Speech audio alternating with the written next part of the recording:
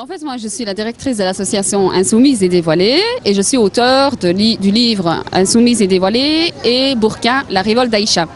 Pourquoi est-ce que je suis là aujourd'hui? Parce que, je vais dire par expérience, quand j'étais petite, on m'a imposé le voile. On m'a forcé, on ne m'a pas expliqué ni rien. On m'a dit du jour au lendemain, tu portes le voile. Je l'ai enlevé en cachette et on me l'a cousu à mes cheveux pendant plusieurs années. J'ai fait le tour hier à Verviers, dans plusieurs écoles différentes, et j'étais frappée de voir des petites gamines de 4-5 ans voilées. Et pour moi, c'est inadmissible. C'est inadmissible de voir ça. Je ne suis pas contre le voile, contre les filles qui portent le voile à partir de 12 ans, mais je suis contre les petites gamines de moins de 12 ans qui portent le voile. Et ça, je trouve que ce n'est pas normal. Je suis Jamila Sibamed, présidente de Ni Pute Ni Soumise du comité belge. Voilà. C'est pas... En fait, le problème, c'est d'être contre le prosélytisme religieux. C'est que les institutions publiques gardent leur principe de neutralité. Et que quand on a affaire à des gamines de 4-5 ans qui portent le voile, il faut quand même se dire que ce n'est pas en pleine conscience par rapport à elles-mêmes qu'elles le portent. Et donc c'est pour éviter justement, c'est pour les aider à ce qu'elles aient une réflexion plus large. Donc ce n'est pas être contre le voile. Nous considérons simplement ceci, c'est que le voile doit faire partie de la sphère privée.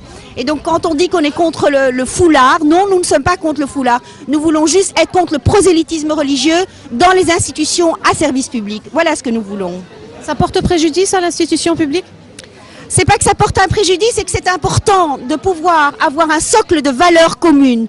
Or, si chacun met en avant sa spécificité, là nous allons vers quelque chose en période de crise, c'est là que les choses ressortent. Alors que si nous avons un socle de valeurs communes qui est mis en avant, ça atténue la crise. Et ça, c'est un fait universel, je n'invente rien, je n'ai pas inventé le fil à couper le beurre. Voilà. Donc en France, il y a cette interdiction, en Angleterre, il y a cette ouverture.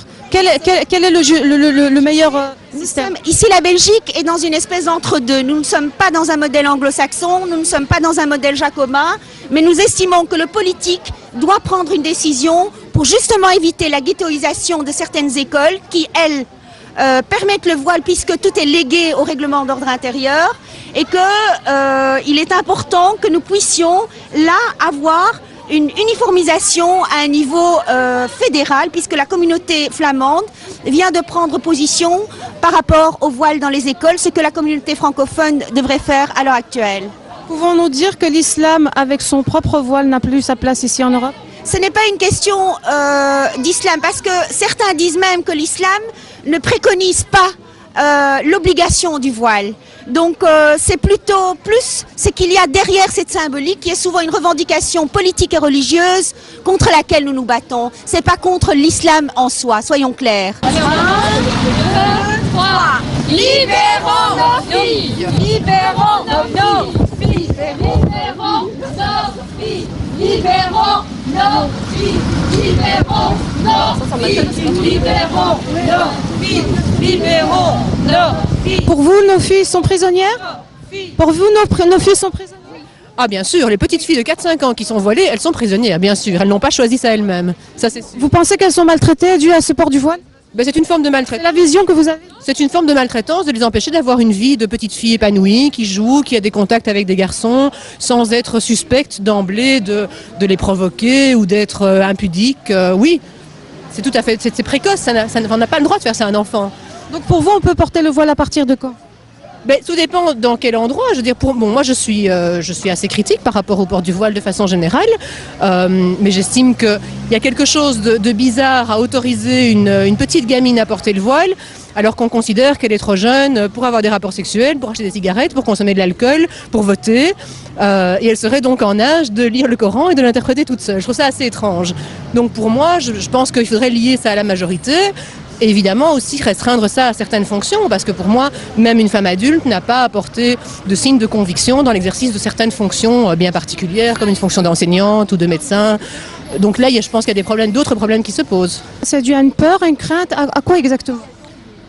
Une peur, une crainte, écoutez, je crois que ce serait vraiment se voiler la face, sans mauvais jeu de mots, que de dire qu'il n'y a pas un regain d'un certain islamisme qui essaye évidemment de manipuler les filles et les femmes en premier lieu. Je crois que ce sont leurs cibles. Donc par rapport à ça, oui, il y a une crainte de régression par rapport à nos libertés, à tout ce qu'on a acquis ces dernières décennies. Maintenant, je voudrais aussi qu'on ne surestime pas cette crainte. Je pense qu'une bonne partie des réactions sont précisément des réactions à des gens qui sont des activistes. Donc le problème du voile, il n'est pas posé par nous, il est posé par des gens qui prétendent l'imposer dans certains lieux où, selon moi, il n'a pas sa place. De toute façon, tout le monde n'a qu'à être pareil, et puis voilà, qu'est-ce que vous voulez que je dise, moi? Qu'est-ce que ça veut dire être pareil? Puisque, quand on va chez vous, madame, on est obligé, par exemple, de tirer ses souliers dans une mosquée, vous êtes d'accord? Eh bien, ici, on ne doit pas porter, c'est pas une obligation, puis c'est tout, moi. Écoutez, je ne vais pas m'étaler trop sur le sujet, sincèrement, mais voilà, si on interdit le voile, alors on doit interdire les croix et tous les autres signes religieux, mais sinon... Moi, je suis contre le port du voile à l'école. Moi, je pense que porter le voile, c'est pas extrêmement un truc sensible, quoi. Chacun a le choix de porter ce qu'il veut.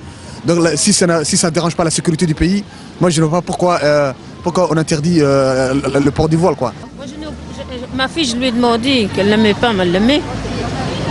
C'est démocratie, chacun fait ce qu'il veut.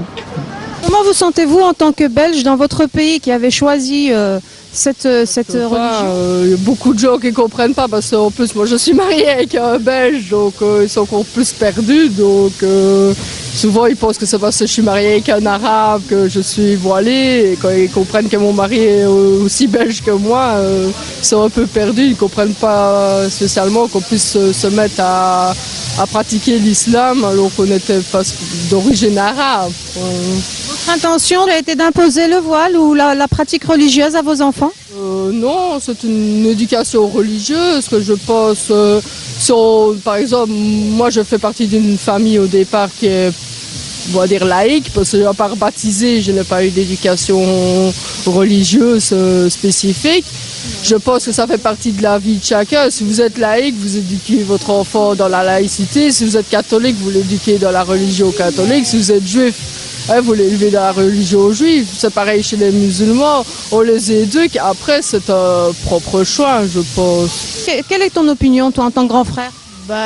Je pense que c'est ma petite sœur. Je préférerais, si elle est musulmane, qu'elle le mette. Mais si elle ne veut pas le mettre, c'est son choix. Mais on s'est beaucoup moqué d'elle à cause qu'elle le mettait et tout ça. Mais je trouve ça vraiment pas bien. On se moque pas des gens qui ont une croix autour du cou et tout ça. Et voilà, c'est pour marquer sa religion et tout le monde doit accepter, je crois. Ça t'arrive de défendre ta sœur quand on l'embête par rapport à son foulard?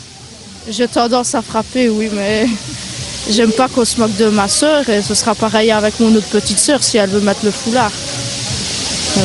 Voilà. Que nous, Belges, nous ressentons beaucoup plus de rejet en tant pour nous, notre religion, que ce que nous manifestons pour les musulmans. Parce que le voile, ici, si un jour en Belgique on décide qu'on ne peut plus le porter, je pense qu'à ce moment-là, il faut qu'il se plie à la loi. Et si la loi décide de laisser porter le voile, à ce moment-là, ok, il n'y a pas de problème. Mais je pense que tout le monde, les Belges et les étrangers, doivent respecter la loi. La Belgique n'est pas un État chrétien, c'est un État démocratique. Voilà, tout court. Et jusque maintenant, les religions ont été parfaitement libres. D'ailleurs, le culte musulman est subventionné, si je ne m'abuse. Vous sentez une certaine agression de la communauté musulmane qui n'est pas assez ouverte? Absolument, absolument. Et quand on parle d'intégration, je pense que le déficit n'est pas du tout du côté des Belges. Et donc je pense qu'il faut le dire, parce que le dire et voir ce que l'on peut faire, c'est au bénéfice des deux parties, aussi bien des Belges qui accueillent ici que des musulmans qui sont accueillis. Et que pensez-vous des Belges qui se convertissent à l'islam, comme le cas que nous venons de rencontrer, eux à qui on dirait vous êtes chez vous mais vous n'avez pas le droit de porter le voile? Mais en fait, le voile n'est pas une obligation de la religion musulmane. D'ailleurs, écoutez, à Bruxelles, pour le moment, il y a eu le cas de cette députée-là qui veut porter le voile. Or, dans son pays, la Turquie, le voile est interdit. Comment vous voyez ça?